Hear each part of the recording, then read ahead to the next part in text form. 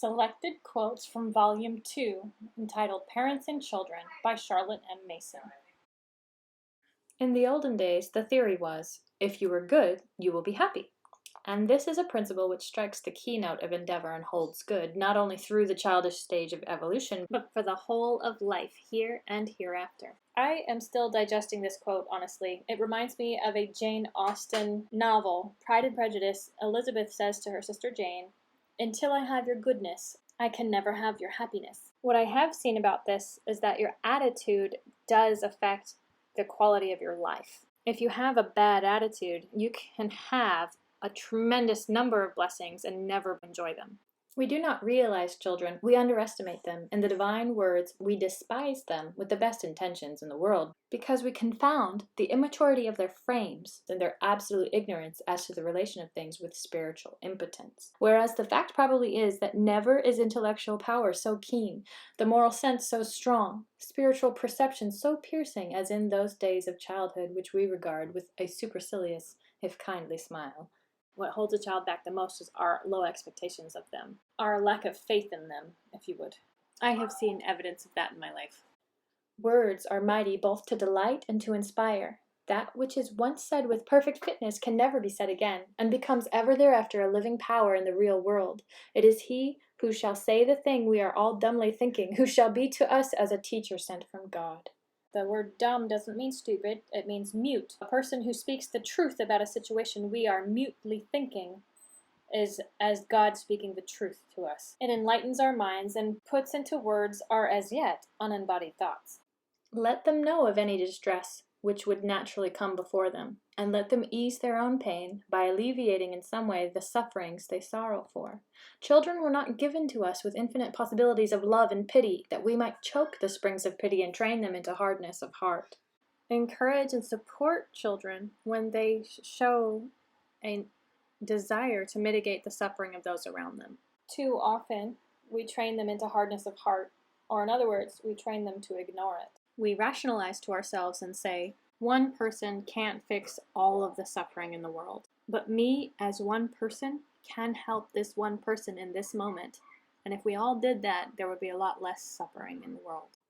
Beneath the pouring forth of the Holy Spirit are the three evangelical virtues. Without these, you can have no science. Without love, faith, and hope, no intelligence.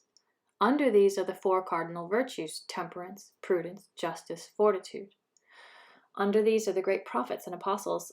Under the line of the prophets are the mythic figures of the 7 spiritual and 7 natural sciences: grammar, rhetoric, logic, music, astronomy, geometry, and arithmetic. God, the Holy Spirit, is himself personally the imparter of knowledge, the instructor of youth, the inspirer of genius. If virtue be divine in its origin, so must knowledge be also. So long as our knowledge is rooted in truth, that's what is of the divine, truth. True science will never be at odds with true religion, and vice versa. If you believe you found a place where they're at odds with each other, what might be an error is our interpretation. God is a God of truth and does not lie. Let this be the mother's key to the whole of the education of each boy and each girl, not of her children. The divine spirit does not work with nouns of multitude, but with each single child. Because he is infinite, the whole world is not too great a school for this indefatigable teacher. And because he is infinite, he is able to give the whole of his infinite attention for the whole time to each one of his multitudinous pupils. We do not sufficiently rejoice in the wealth that the infinite nature of our God brings to each of us. This is a beautiful passage describing how God knows each of us individually. As his spirit child, you are connected to him spiritually, and through that connection, you have access to omniscience. Let her never contemplate any kind of instruction for her child except under the sense of the divine cooperation. Our cooperation appears to be the indispensable condition of all divine workings. The law of obedience is indeed the first key to heaven. When I contemplate raising my children alone, I feel anxiety, stress, frustration, and ultimately depression at failure. When I contemplate raising my children in cooperation with the divine, all of my anxiety can be laid to rest. Christ, the ultimate exemplar, said it. Not my will, but thy will be done, because God represents all united truth, goodness, mercy, justice, judgment, all of it. So when you contemplate any kind of instruction for your child, Charlotte Mason is saying, and I agree with her, that you should always think of God standing right there with you, helping you every step of the way. Ask him for guidance, and he will give it to you. He will prompt you when you need to be patient, and he will prompt you when you need to take action.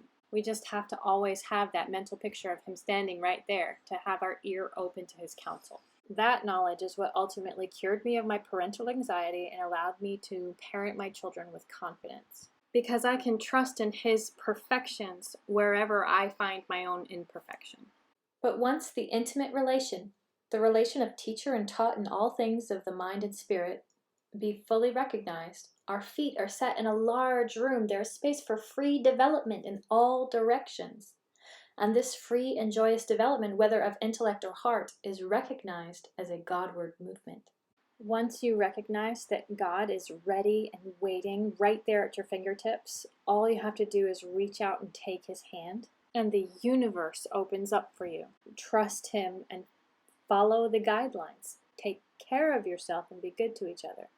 We begin by believing in the children as spiritual beings of unmeasured powers, intellectual, moral, spiritual, capable of receiving and constantly enjoying intuitions from the intimate converse of the divine spirit.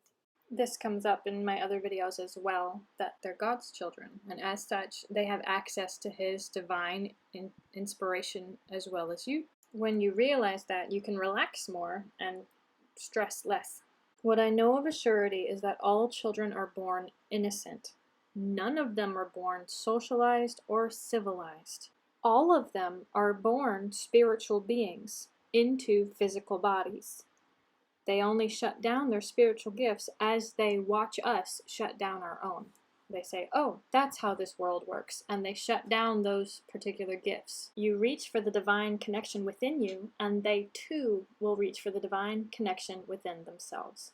Humility does not consist in thinking little of ourselves. I included this in my handwriting journal because when I was younger, I used to think that humility meant talking negatively about myself, and that's how I kept myself humble. It was a very childish misunderstanding, and I'm glad to tell you that I've outgrown it. I have outgrown it enough to say that I know we each of us have divine potential. True humility is acknowledging the truth about where you are, where you came from, and what direction you're heading. Acknowledging the truth is how we exhibit humility.